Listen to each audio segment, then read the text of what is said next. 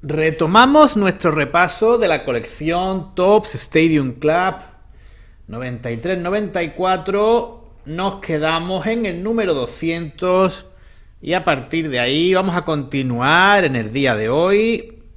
En primer lugar con Stacey King, al que vemos aquí anotando frente a Anthony Mason. Un Stacey King que tiene esos anillos en su palmarés, pero fue un jugador que podríamos decir que se quedó a medias. No llegó a lo que se esperaba de él cuando fue seleccionado en el draft por los Chicago Bulls. Tenemos por aquí sus datos en la parte trasera. Vemos que en nada destacaba especialmente. Era un jugador cercano al 7 en la puntuación que le dan por aquí en todo. Igual que era cercano a los 7 pies, pero tampoco llegaba, se quedaba en un 6'11". Aproximadamente un 2 metros 10, 2 metros 11, una cosa así. Proseguimos después de Stacey King con Grant Long, sobrino de John Long, el que fuera jugador de los Detroit Pistons.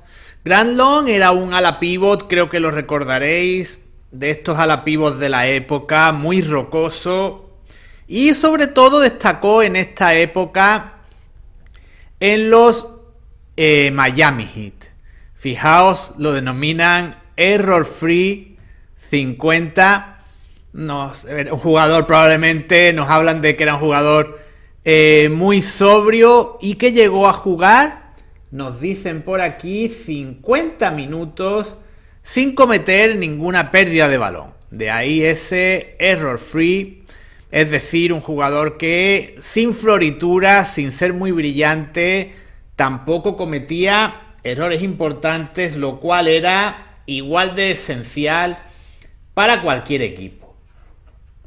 Continuamos y en este caso tenemos por aquí a Sean Elliott durante su breve paso de una temporada por los Detroit Pistons.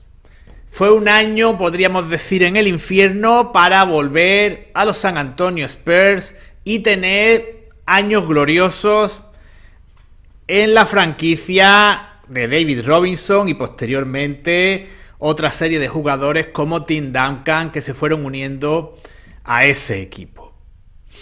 Vemos por aquí que lo valoraban, la verdad es que muy bien en todos los aspectos, rango de tiro, defensa quizás. Según fueron pasando los años, la defensa fue primando respecto al resto de aspectos, pero en todos ellos un jugador muy relevante, con una gran historia de superación, superando esos problemas que le llevaron a someterse a un trasplante de riñón, un caso realmente, bueno, no único, porque también tenemos el caso de Alonzo Mourning, del que por cierto vamos a hablar muy pronto en el canal, pero sí un caso de superación. Como superación, aunque en otro sentido podríamos decir que es el ejemplo de Maxi Bogues, de Tyrone Bogues, jugador omnipresente en el canal. Por ejemplo, aparece en una caricatura en el último Nuevo Básquet que hemos visto, una caricatura que probablemente hoy en día, por varias razones, sería políticamente incorrecta, pero que en 1987 simplemente echabas unas risas con ellas y seguías con otras cosas de la vida.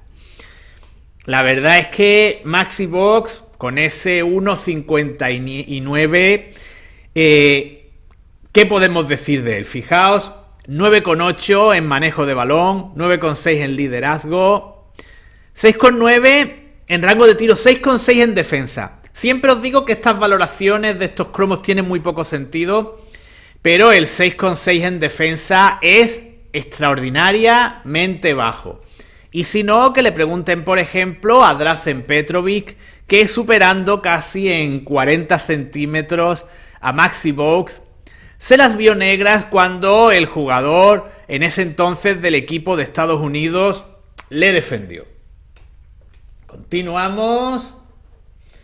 Número Vamos a ver. Sí. Número 205. Kevin Edwards, de los New Jersey Nets. Tenemos por aquí la trasera. Y no tengo, la verdad, un recuerdo muy claro de Kevin Edwards. Vemos que era un base. Lo puntuaba muy bien. Compañero en el puesto de base. Compartía el puesto de base, probablemente, por tanto, más bien jugaba de escolta con Rod Strickland en la Universidad de DePaul. Lo vemos muy bien valorado, pero ya os digo, no termino yo de... Me ha sonado la cara, pero no termino yo de recordar a Kevin Edwards. Al que sí recuerdo, por supuesto, es a Dale Davis, poderoso a la pivot de los Indiana Pacers. Hubo un momento que estaban los dos Davids, Dale Davis y Antonio Davis en los Pacers, dos jugadores muy poderosos. Y fijaos qué buenas valoraciones. 9,1 en intimidación. Ya sabéis que la movilidad en esta colección es algo difícil de definir. 8,2 en movilidad. 5 en rango de tiro. No era necesario. En aquella época no era necesario tener un buen rango de tiro para ser un gran ala pivot, sino que si eras bueno defensivamente y si no cometías errores innecesarios podías tener un puesto importante en el equipo y ya otros jugadores se encargarían del apartado anotador. Proseguimos con esta sí, una bestia anotadora como Dale Ellis a su paso por los San Antonio Spurs. No fue ni mucho menos el equipo en el que más brilló. Un Dale Ellis que sobre todo lo recordamos en su época en los Seattle Supersonics. Vemos por aquí la trasera. Rango de tiro, por supuesto, 9,2. Jugador de los que solemos llamar unidimensional, es decir, en lo que más destacaba era en el apartado anotador. Y continuamos con Terrell Brandon. Grandísimo base, jugador que destacaba sobre todo en lo ofensivo y que, digamos, fue el que sustituyó una vez que los problemas físicos le mermaron notablemente a Mark Price. Creo que a nivel historia de la NBA, creo que Mark Price es un jugador que destacó más que Terrell Brandon, pero la verdad es que tuvo algunos años realmente buenos. Este jugador, nacido en el 70 y procedente de la Universidad de Oregón. Como veis, el manejo de balón era lo que más destacaba. Y fijaos las puntuaciones en rebote y defensa. Sobre todo el rebote, para su estatura, la verdad es que resulta muy, muy llamativo. Continuamos con un jugador de corto recorrido. Tuvo algún que otro año muy, muy brillante en los Celtics, como Kevin Gamble.